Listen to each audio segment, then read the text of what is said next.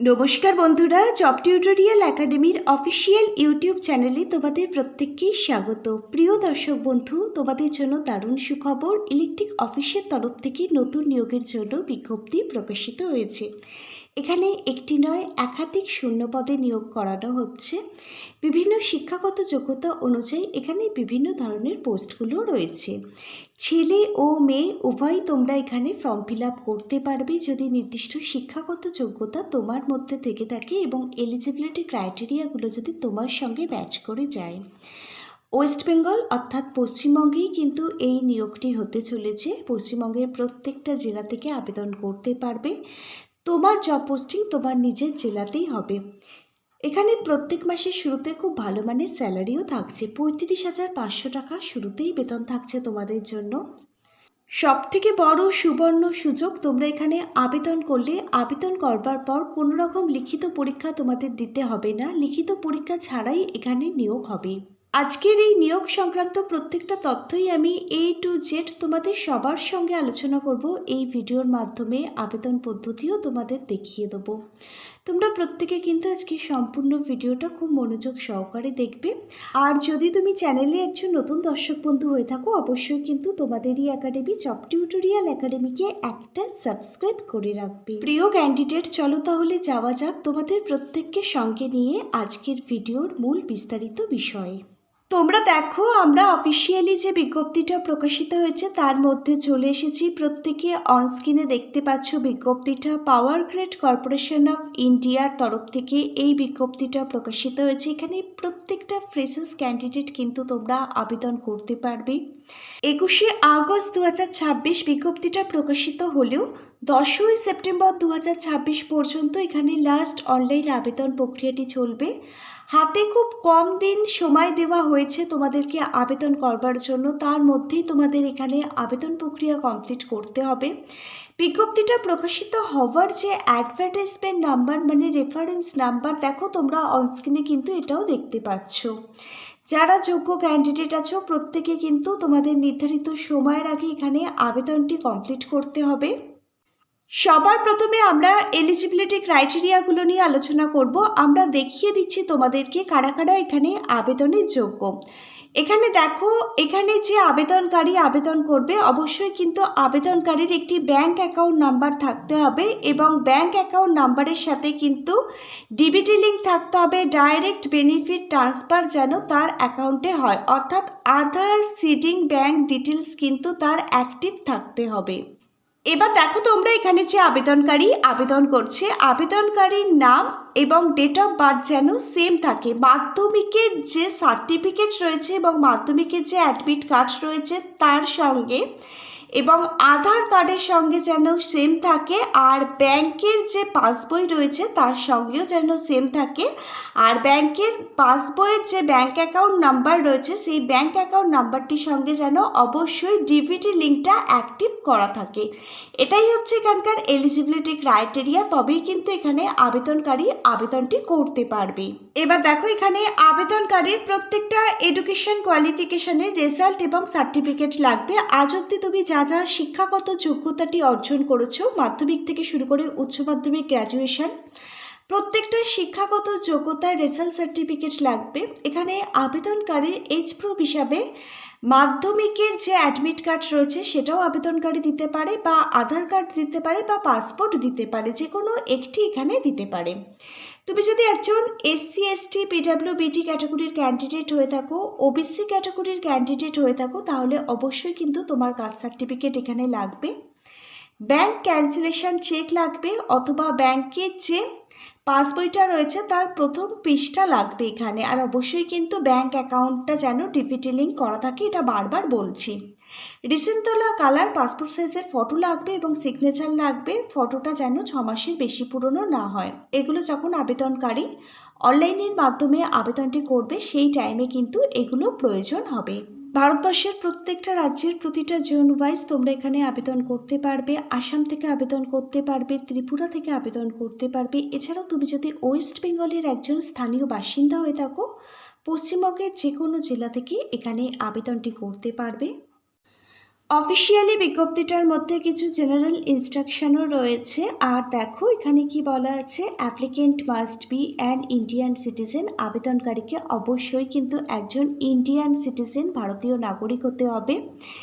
এই general instruction থেকে বোঝা যাচ্ছে যে এখানে ভারতবর্ষের প্রত্যেকটা রাজ্যের প্রত্যেকটা জোন ওয়াইজ প্রতিটা ক্যান্ডিডেট যাদের যোগ্যতা আছে আবেদন করতে পারবে।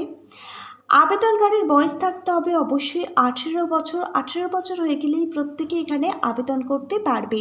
এখানে আবেদনকারী যদি কোনো রকম ইনকমপ্লিট অ্যাপ্লিকেশান সাবমিট করে বা ভুল ইনফরমেশান দিয়ে থাকে, আবেদনটি কিন্তু সঙ্গে সঙ্গে রিজেক্ট করে দেওয়া হবে। এখানে একজন ক্যান্ডিডেট একটি মাত্র রিজিয়নের জন্যই কিন্তু আবেদন করতে পারবে। এখানে দেখো একটা ক্যান্ডিডেট কিন্তু একটা জনই এখানে সিলেক্ট করতে পারবে। আমি একটু ব্যাপারটা ক্লিয়ারভাবে বুঝিয়ে দিচ্ছি অফিসিয়াল ওয়েবসাইট থেকে। তোমরা যারা ওয়েস্ট বেঙ্গলের হয়ে আবেদন করবে, এখানে দেখো ইস্টার্ন জোন তোমরা সিলেক্ট করবে আবেদনটি করবার সময়। এবার তোমরা যারা অন্ধ্রপ্রদেশ, মিজোরাম, মণিপুর, মেঘালয়ের হয়ে আবেদন করবে, আসাম থেকে আবেদন করবে, তোমরা এখানে নর্থ ইস্টার্ন জোন কিন্তু সিলেক্ট করবে আবেদনটি করবার সময়। ইন্ডিয়ান পাওয়ার গ্রিড মহারত্নের তরফ থেকে এই বিজ্ঞপ্তিটা প্রকাশিত হয়েছে এবং এই নিয়োগটিও হতে চলেছে। আর এখানে দেখো সবার প্রথমে কিন্তু অ্যাপ্রেন্টিস স্টেট পদেই নিয়োগ করানো হবে। আমরা জানি যে প্রথমে কিন্তু অ্যাপ্রেন্টিস স্টেট মানে তোমাদেরকে ট্রেনিং দেওয়া হবে। এখানে কোন কোন পোস্টের জন্য ট্রেনিং দেওয়া হবে, এখানে আইটিআই ইলেকট্রিশিয়ান থেকে শুরু করে diploma electrical, diploma civil, graduate electrical, graduate civil, এই সমস্ত পোস্টগুলোর জন্য সবার প্রথমে কিন্তু তোমাদেরকে ট্রেনিং দেওয়া হবে, তারপরেই কিন্তু নিয়োগ করে নেওয়া হবে। 1 বছরের একটি ট্রেনিং পিরিয়ডস থাকবে। এখানে সিলেকশন প্রসেস কি থাকছে, সব থেকে বড় গোল্ডেন অপরচুনিটি তোমরা পাচ্ছ। লিখিত পরীক্ষা তোমাদের দিতে হবে না, তোমাদের একাডেমিক কোয়ালিফিকেশনের প্রাপ্ত নম্বরের উপর ভিত্তি করেই কিন্তু মেরিট লিস্ট প্রকাশিত হবে। প্রত্যেকটা এলিজিবিলিটি ক্রাইটেরিয়া ম্যাচ করে গেলে তোমরা অ্যাপ্রেন্টিসশিপ পদে ট্রেনিং নিতে পারবে। এবার দেখো ওয়েস্ট বেঙ্গলের কোন কোন জায়গায় এই অ্যাপ্রেন্টিস পদে ট্রেনিং দেওয়া হবে। ওয়েস্ট বেঙ্গলের আলিপুরদুয়ার, বহরমপুর, বিনাগুড়ি, এছাড়া বীরপাড়া, ডোকলা, দুর্গাপুর, মাইথন, মালদা, রাজারহাট, কলকাতা, শিলিগুড়ি, সুভাষগ্রাম, কল্যাণী, গারবেটা, এই সমস্ত জায়গায় কিন্তু ওয়েস্ট বেঙ্গলের ট্রেনিং হবে। তোমরা যারা সিকিম থেকে আবেদন করবে, সিকিমের গ্যাংটক, রাংপো, নিউমেলি, এই সমস্ত জায়গায় কিন্তু ট্রেনিং হবে। এবারে তোমরা জেনে নাও এখানে আবেদনটি করবার জন্য কি শিক্ষাগত যোগ্যতা প্রয়োজন। আইটিআই ইলেকট্রিশিয়ান পোস্টে আবেদন করবার জন্য আইটিআই ইলেকট্রিশিয়ান ট্রেডের ফুল কোর্সটা তোমাদের কমপ্লিট করতে হবে। আর এখানে দেখো প্রত্যেক মাসে কিন্তু স্টাইপেন্ড দেওয়া হবে 13,500 টাকা তোমাদেরকে। এবার দেখো ডিপ্লোমা ইলেকট্রিক্যাল পোস্টে তোমরা যারা আবেদন করবে, এখানে কিন্তু তোমাদের ফুল টাইম 3 বছরের ডিপ্লোমা কোর্স কমপ্লিট করতে হবে ইলেকট্রিক্যাল ইঞ্জিনিয়ারিংয়ের ওপরে। আর এখানে দেখো 15,000 টাকা কিন্তু তোমাদের স্টাইপেন্ড দেওয়া হবে। তোমরা যারা সিভিল ডিপ্লোমা পোস্টে আবেদন করবে, এখানে তোমাদের 3 বছরের ফুল ডিপ্লোমা কোর্স কমপ্লিট করতে হবে সিভিল ইঞ্জিনিয়ারিংয়ের ওপরে। এখানে 15,000 টাকা তোমাদের জন্য প্রত্যেক মাসে স্টাইপেন্ড থাকবে। এবার দেখো এখানে ইলেকট্রিক্যাল গ্র্যাজুয়েট পোস্টে তোমরা যারা আবেদন করবে, এখানে বিই, বিটেক বা বিএসসি ইলেকট্রিক্যাল ইঞ্জিনিয়ারিংয়ে যদি তোমরা 4 বছরের ফুল কোর্স কমপ্লিট করে থাকো, তোমরা এখানে আবেদন করতে পারবে। 17,500 টাকা তোমাদের জন্য প্রত্যেক মাসে বেতন থাকবে। এখানে দেখো সিভিল গ্র্যাজুয়েট পোস্টে আবেদন করবার জন্য তুমি যদি BE, BTech, BSc engineering in civil ইঞ্জিনিয়ারিংয়ে 4 বছরের কোর্সটা কমপ্লিট করে থাকো, আবেদন করতে পারবে। 17,500 টাকা প্রত্যেক মাসে তোমাদের জন্য স্টাইপেন্ড দেওয়া হবে। এবার তোমরা আমাকে অনেকেই জিজ্ঞেস করতে পারো বা অনেকের মনে প্রশ্ন আসছে যে ম্যাম, আমরা যারা টেকনিক্যাল সাবজেক্ট নিয়ে পড়াশোনা করিনি, টেকনিক্যালের কোনো আমাদের নলেজ নেই, আমরা এখানে আবেদন করতে পারবো না, আমাদের জন্য কি কোথাও এখানে কোনো পোস্ট নেই? তাহলে বলে রাখি, একটা যখন ইলেকট্রিক্যাল কোম্পানির তরফ থেকে রিক্রুটমেন্টের বিজ্ঞপ্তি প্রকাশিত হয়, সেখানে যেমন টেকনিক্যাল পোস্টেও নিয়োগ করানো হয়, আবার নন টেকনিক্যালদের জন্য কিন্তু এখানে বিভিন্ন ধরনের পোস্ট রয়েছে, যেমন ক্লারিক্যাল পোস্ট রয়েছে, ডিইও ডাটা এন্ট্রি অপারেটরের পোস্ট রয়েছে, গ্রুপ ডি পোস্ট রয়েছে। তবে এই ধরনের বিজ্ঞপ্তির আপডেট এখনও আমাদের কাছে আসেনি। যদি আমাদের কাছে এই ধরনের আপডেট আসে নিশ্চয়ই আমরা তোমাদের জন্য নতুন ভিডিও আনব। সেক্ষেত্রে নিচের কমেন্ট বক্সে তুমি তোমার জেলার নামটা আমাদেরকে কমেন্ট করে জানিও এবং তোমার রাজ্যের নামটাও আমাদেরকে কমেন্ট করে জানিও। তুমি নন টেকনিক্যাল পোস্টে আবেদন করতে চাও সেটাও আমাদেরকে জানিয়ে রেখো। তোমরা অনস্ক্রিনে দুটো অফিসিয়াল ওয়েবসাইট লিঙ্ক দেখতে পাচ্ছ। এই অফিসিয়াল ওয়েবসাইট লিঙ্ক দুটো থেকে তোমরা এখানে অনলাইনের মাধ্যমে আবেদন প্রক্রিয়াটি কমপ্লিট করতে পারবে। এছাড়াও তোমরা www.powergrid.in এর যে অফিসিয়াল ওয়েবসাইট রয়েছে সেই অফিসিয়াল ওয়েবসাইট ভিজিট করে সেখান থেকে কেরিয়ার অপশানটা সিলেক্ট করবে, তারপর এঙ্গেজমেন্ট অফ অ্যাপ্রেন্টিস এই অপশানটা ক্লিক করবে এবং সেখান থেকে তোমরা অনলাইন অ্যাপ্লিকেশন প্রসেসটা কমপ্লিট করতে পারবে।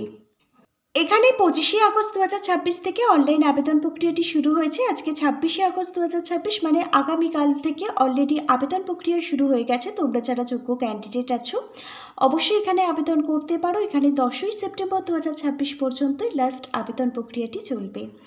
আজকের ভিডিওটা যদি একটি ইনফরমেটিভ ভিডিও বলে মনে হয় অবশ্যই একটি লাইক করে দিও। আজকে তাহলে এখানে এতটুকুই। Hare Krishna, Radhe Radhe, thank you universe. ধন্যবাদ সবাইকে।